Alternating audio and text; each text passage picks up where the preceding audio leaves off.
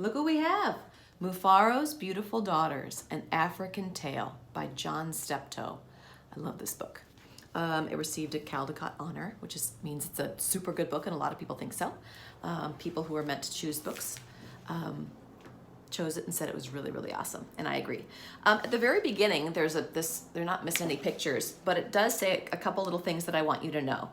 It says the details of the illustrations were inspired by ruins of an actual ancient city found in Zimbabwe, which is a country in Africa, and the flora and fauna of that region. The names of the characters are from the Shona language. Mufaro means happy man. So Mufaro, a happy man's beautiful daughters. Nyasha means mercy. Manyara means ashamed. And Nyoka means snake, just so that you know, because you're going to hear those through the book. All right, here we go. Mufaro's Beautiful Daughters, A Happy Man's Beautiful Daughters, An African Tale.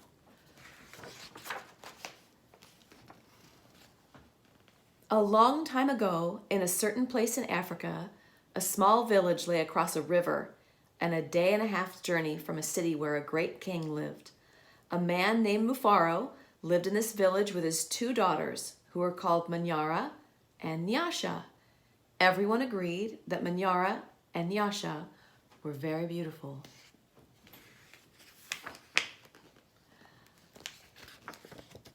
Manyara was almost always in a bad temper. She teased her sister when their father's back was turned, and she had been heard to say, "Someday, Nyasha, I will be a queen, and you will be a servant in my household."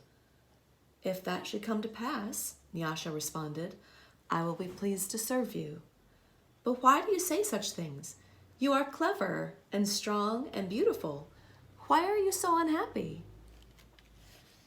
"Because everyone talks about how kind you are, and they praise everything you do," Manyara replied. "I'm certain that father loves you best, but when I am a queen, everyone will know that your silly kindness is only weakness." Do you think that kindness is weakness? I don't know. I don't know. Nyasha was sad that Manyara felt this way, but she ignored her sister's words and went about her chores. Nyasha kept a small plot of land on which she grew millet, sunflowers, yams, and vegetables. She always sang as she worked, and some said it was her singing that made her crops more bountiful than anyone else's. Do you think it was her singing? Do you think maybe it was her kindness too? The fact that she cared? One day, Nyasha noticed a small garden snake resting beneath a yam vine. "Good day, little Nyoka," she called to him. "You are welcome here. You'll keep away any creatures who might spoil my vegetables." She bent forward, gave the little snake a loving pat on the head, and then returned to her work. From that day on, Nyoka was always at Nyasha's side when she tended her garden. It was said that she sang all the more sweetly when he was there. When you do chores, do you sing? Oh, Mufaro and Manyara and Nyasha. Mufaro knew nothing of how Manyara treated Nyasha. Nyasha was too considerate of her father's feelings to complain, and Manyara was always careful to behave herself when Mufaro was around. Early one morning, a messenger from the city arrived. The great king wanted a wife. The most worthy and beautiful daughters in the land are invited to appear before the king, and he will choose one to become queen, the messenger proclaimed. Mufaro called Manyara and Nyasha to him. "It would be a great honor to have one of you chosen," he said. "Prepare yourselves to journey to the city. I will call together all our friends to make a wedding party. We will leave tomorrow as the sun rises." "But my father," Manyara said sweetly, "it would be painful for either of us to leave you, even to be wife to the king." "I know Nyasha would grieve to death if she were parted from you. I'm strong. Send me to the city, and let poor Nyasha be happy here with you." Mufaro beamed with pride. "The king has asked for the most worthy and the most beautiful. No, Manyara, I cannot send you alone. Only a king can choose between 2 such worthy daughters. Both of you must go." Smart dad. That night, when everyone was asleep, Manyara stole quietly out of the village. She had never been in the forest at night before, and she was frightened, but her greed to be the first to appear before the king drove her on. In her hurry, she almost stumbled over a small boy who had suddenly appeared standing in the path. "Please," said the boy, "I'm hungry. Will you give me something to eat?" "I've only brought enough for myself," Manyara replied. "But please," said the boy, "I'm so very hungry." "Out of my way, boy. Tomorrow I will become your queen. How dare you stand in my path?" Is that who you'd want to be, a queen? After traveling for what seemed a great distance, Manyara came to a small clearing. There, silhouetted against the moonlight, was an old woman seated on a large stone. The old woman spoke. "I will give you some advice, Manyara. Soon after you pass the place where two paths cross, you will see a grove of trees. They will laugh at you. You must not laugh in return. Later you will meet a man with his head under his arm. You must be polite to him." "How did you know my name? How dare you advise your future queen? Stand aside, you ugly old woman," Manyara scolded, and then rushed on her way without looking back. Just as the old woman had foretold, Manyara came to a grove of trees, and they did, indeed, seem to be laughing at her. "I must be calm," Manyara thought. "I will not be frightened." She looked up at the trees and laughed out loud. "Ha ha! I laugh at you, trees!" she shouted, and she hurried on. It was not yet dawn when Manyara heard the sound of rushing water. The river must be up ahead, she thought. The great city is just on the other side. But there, on the rise, she saw a man with his head tucked under his arm. Manyara ran past him without speaking. A queen acknowledges only those who please her, she said to herself. "I will be queen. I will be queen," she chanted as she hurried on toward the city. Not very nice.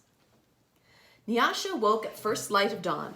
As she put on her finest garments, she thought about how her life might be changed forever beyond this day. "I'd much prefer to live here," she admitted to herself. "I'd hate to leave the village and never see my father or sing to little Nyoka again." Her thoughts were interrupted by loud shouts and a commotion from the wedding party assembled outside. Manyara was missing. Everyone bustled about, searching and calling for her. When they found her footprints on the path that led to the city, they decided to go on as planned. Can you see everybody there? Everybody's assembled to walk to the big city. As the wedding party moved through the forest, brightly plumed birds darted about in the cool green shadows beneath the trees. Though anxious about her sister, Nyasha was soon filled with excitement about all there was to see. They were deep in the forest when she saw a small boy standing by the side of the path. "You must be hungry," she said, and handed him a yam she had brought for her lunch. The boy smiled and disappeared as quietly as he had come. Later, they were approaching the place where two paths crossed. The old woman appeared and silently pointed the way to the city. Nyasha thanked her and gave her a small pouch filled with sunflower seeds. Both of those things were from her garden, remember? The sun was high in the sky when the party came to the grove of towering trees. Their uppermost branches seemed to bow down to Nyasha as she passed beneath them. At last, someone announced that they were near their destination. So can you tell the difference between the way Manyara and Nyasha approached this journey? Look at that. Look how beautiful. Look at Mufaro. Nyasha ran ahead and topped the rise before the others could catch up with her. She stood transfixed at her first sight of the city. "Oh, my father," she called. "A great spirit must stand guard here. Just look at what lies before us.